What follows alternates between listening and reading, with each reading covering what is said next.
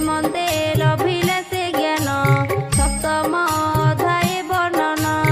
ଅଷ୍ଟମୀ ନୃସିଂହାବତାର ହିରଣ୍ୟ କଶିପୁ ସଂହାର।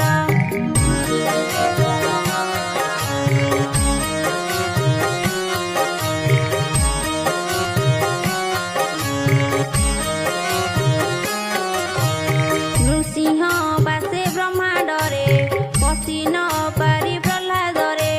କହନ୍ତେ ସେହୁ କଲା ସ୍ତବ ନବମ ଅଧ୍ୟାୟ ପ୍ରସ୍ତାବ।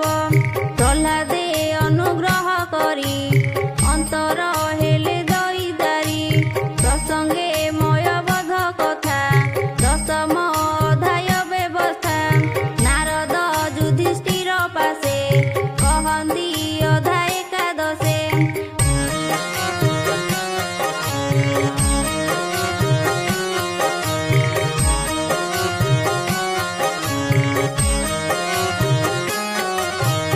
ମନୁଷ୍ୟ ବର୍ଣ୍ଣ ଧର୍ମ ଯେତେ ଯେ ଚାରି ବର୍ଣ୍ଣ ଏ ଜଗତେ।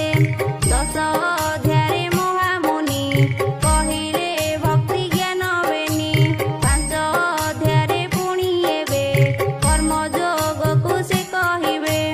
ଚତୁର ଆଶ୍ରମେ ଲକ୍ଷଣ ଦ୍ୱାଦଶ ଅଧ୍ୟାୟ ବର୍ଣ୍ଣନ।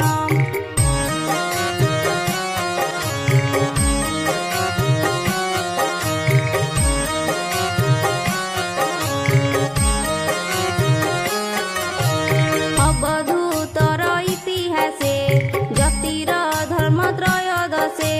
ଗୃହସ୍ଥ ଧର୍ମର ବିଧାନ 14 ଅଧ୍ୟାୟରେ ବଖାଣ। ଏ ପଞ୍ଚଦଶେ ବର୍ଣ୍ଣାଶ୍ରମ ସାର ସଂଗ୍ରହେ ଦେବା ଧର୍ମ। ବର୍ଣ୍ଣିତ